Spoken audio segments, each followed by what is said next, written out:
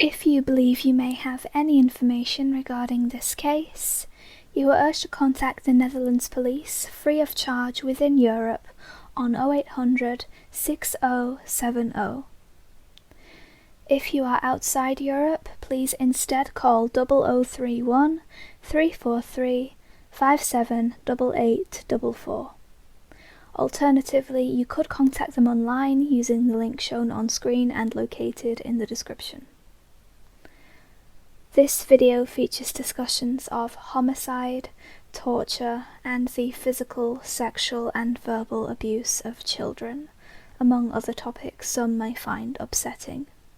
Viewer discretion is advised. On the afternoon of the 25th of December 1990, a man walking with his brother-in-law located a concealed human body at the edge of the forest at the Cadettenkamp Nature Reserve in Teteringen, North Brabant, the Netherlands. The body, situated not far from the road, was wrapped in a uniquely embroidered, cross-stitched brown blanket and a light green blanket, tied with nylon cord and covered by a large piece of brown carpet. Further inspection revealed a largely red striped cloth draped over the decedent's head, and a black lace cloth with holes in it and a red string tied to its edge lying next to the body. Police determined the individual died elsewhere and was dumped at the site of discovery, which is reported to have been a remote place that not many people were familiar with and even fewer people knew how to get to in 1990. It should be noted this area is close to the Belgium-Netherlands border. In case you're unaware, in this area of Europe, border control was largely abolished in 1985. The body belonged to a young female, found to be a victim of homicide by starvation. It is believed, given the deep wounds around her wrists and ankles, that she'd been bound to a chair and held captive for weeks until she starved to death. Cigarette burns scattered across her body suggested she'd endured long-term abuse. It's thought her body lay at the edge of the forest for about 2 days before being found. The victim was of North African, probably Moroccan, descent. She was initially estimated to be anywhere between 15 and 25 years old, though more modern techniques have narrowed that estimate down to most likely between 15 and 17 years old. She stood approximately 5 feet 3 to 4 inches tall and had a slender build. Her eyes were brown. Her long, wavy hair was either brown or black in colour and had been roughly cut short just before her death and left unkempt. Her teeth have been described as clean and perfect, though she never had any dental work performed. According to experts, her dentals suggested she was no older than 17. Her shoe size was a European 36, which is equivalent to a US 5.5 or a UK 3.5. According to some sources, her left ear was afflicted by a permanent deformity known as cauliflower ear, which typically results from blunt force trauma. Post-mortem images are available. They are quite graphic and may disturb some, but they are being shown for identification purposes only. If you are sensitive to seeing images of deceased individuals, you may want to look away.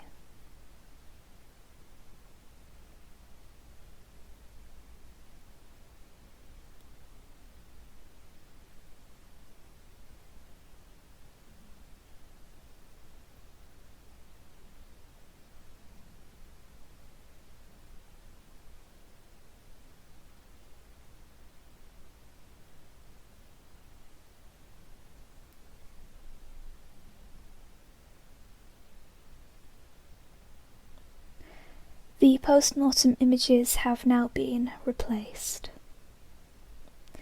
The decedent wore a size large, wine-red turtleneck jumper which was notably too big for her, and burgundy or red velvet or corduroy careen trousers in a size 3.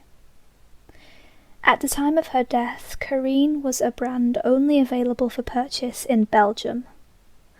While it's known that several arrests were made as a direct result of this find, no one was ever convicted. No further information about these arrests has ever been released, and to this day, both the victim and her killer, or killers, remain unidentified. While making neighbourhood inquiries, authorities found the body may have been seen at the site of discovery as early as the 23rd of December. That's 2 days before it was reported to the police. It's known that 2 dog walkers did see the body on the afternoon of the 25th, but given that it was well concealed within a pile of blankets and that the dog didn't react to it, they figured it was just rubbish someone had dumped and left it alone. They found out the truth about an hour later when police came knocking on their door while they were having their Christmas dinner to inform them a body had been found just a few hundred yards from their home. It's since been reported by locals that around Christmas time 1990, a caravan or motorhome was spotted driving around in Teteringen. Apparently this stood out given the inappropriate weather conditions for camping, the lack of any accessible campsites nearby, and the rarity of motorhomes during that era. As such, locals did report this vehicle to the police. However, whether or not it could be linked to the crime is unknown, and no more information is available. On the day the decedent was found, police located a white Peugeot 305 with Belgian number plates abandoned at a petrol station on the A27 motorway, a mere kilometre away from the discovery site of their Jane Doe.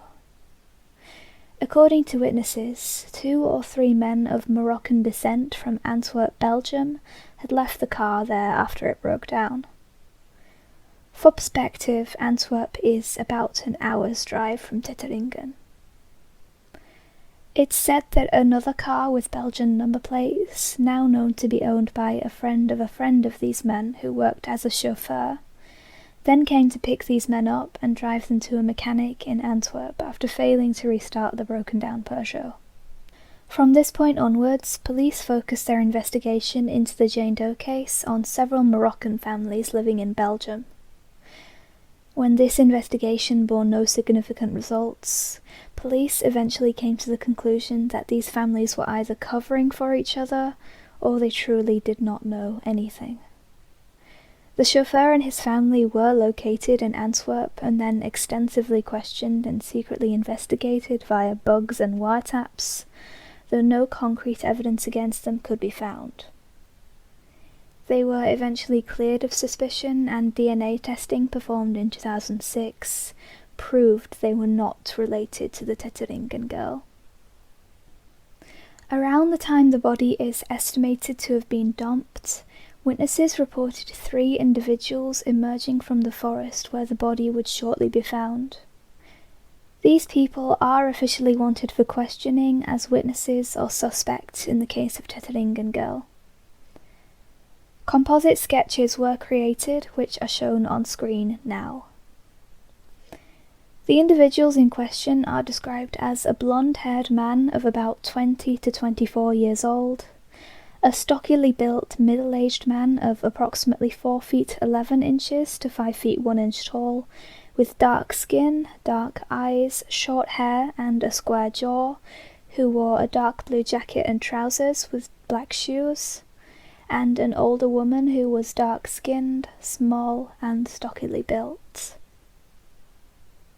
On the 2nd of January 1991, a week after she was found, the nameless teenager was buried in a Roman Catholic cemetery in Teteringen.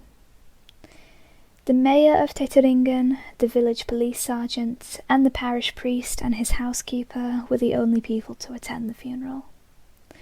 Her gravestone, when translated to English, reads, "Because we remember you, you receive eternal life." To this day, locals still bring flowers, candles, and other tributes to her resting place. Also in 1991, police revealed they had carried out inquiries within several prostitution rings in various Dutch and Belgian cities, though they found nothing that could be linked to their Jane Doe. In October 2006, the decedent was exhumed for skeletal examination and DNA analysis. Inspection of her teeth and bones determined, as mentioned earlier, that she was younger than initially thought, 15 to 17 as opposed to 15 to 25. Unfortunately, her DNA did not match with any known missing person in law enforcement databases.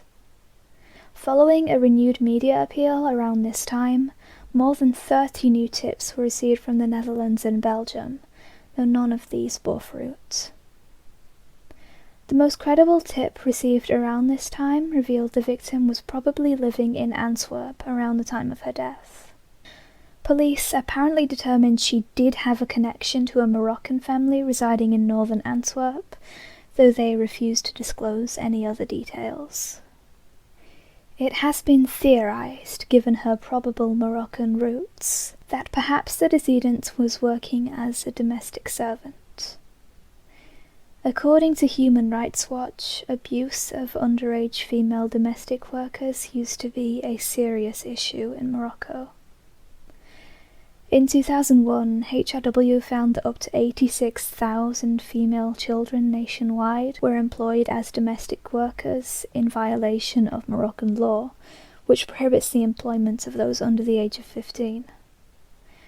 Many of these girls, some of whom were as young as 5, reported that their employers almost always denied them an education, frequently verbally and physically abused them, and sometimes refused to supply them with food and medical care.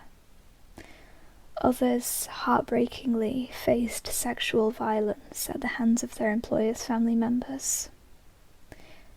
HRW further stated these girls, most of whom were from poor families, were often lured into domestic work by paid recruiters, under the promise of kind employers, good pay and fair working conditions, only to be isolated, overworked, denied rest or days off, and severely underpaid. An official from the International Labour Organization stated that prior to the early 2010s, these issues were not talked about in Morocco as this was seen as a taboo subject matter. If the decedent was indeed a Moroccan domestic worker brought to Europe by her employer, we can speculate she lost contact with her family upon immigration, or perhaps even earlier. This, coupled with the idea of her coming from an impoverished family who might not have unfettered access to technology, could explain why she hasn't been identified. Though again, please keep in mind this is nothing more than a theory. Thankfully, in 2016, the Moroccan Parliament passed a law finally giving domestic workers the rights they deserve in required labour contracts, a set minimum wage, guaranteed days off and paid vacations, limited daily working hours, and a minimum age limit of 18 for entering full-time service. Any employer found to be violating this law is said to be subjected to a fine, and in the case of repeat offenders, prison time. There is some speculation that Teteringen girl's case could be linked to the case of a Jane Doe found in Frankfurt, Germany in 2001, known as the girl from the mine. German police have reportedly acknowledged the similarities between these two cases, although it's unclear if they ever investigated further, and sometime in or before 2006, the Brabant police announced they would compare the cases. No additional information has been released since. By complete coincidence, I was working on a video for the girl from the mine before I started working on this video for Teteringen girl, though I had to take an indefinite break from my research as the case of the girl from the mine is one of the most brutal and deeply upsetting I've ever come across. I may make an in-depth video dedicated to her in the future, so I'll only elaborate briefly. The girl from the mine is a currently unidentified teenager, about 15 to 16 years old, whose body was found in the Main River in Frankfurt, Germany in July 2001. She'd endured physical and perhaps sexual abuse since childhood. She died as a result of this physical abuse after her violently broken ribs punctured her lung and spleen. Evidence suggested she'd been starved. She was severely underweight and malnourished to the point of delayed puberty. Based on items found on her body, she or her killer is thought to have ties to Afghanistan and/or Pakistan, although isotope testing suggested she resided in Germany for at least 2 years prior to her demise. Those responsible for her death are yet to be identified. The main similarities between Teteringen Girl and the girl from the mine include their age, height, dentals, and possible non-European origins, along with the fact that they were both found wrapped in blankets. Additionally, both were repeatedly burned with cigarettes, and both had the cauliflower deformity on their left ears, which is indicative of being hit by a right-handed individual.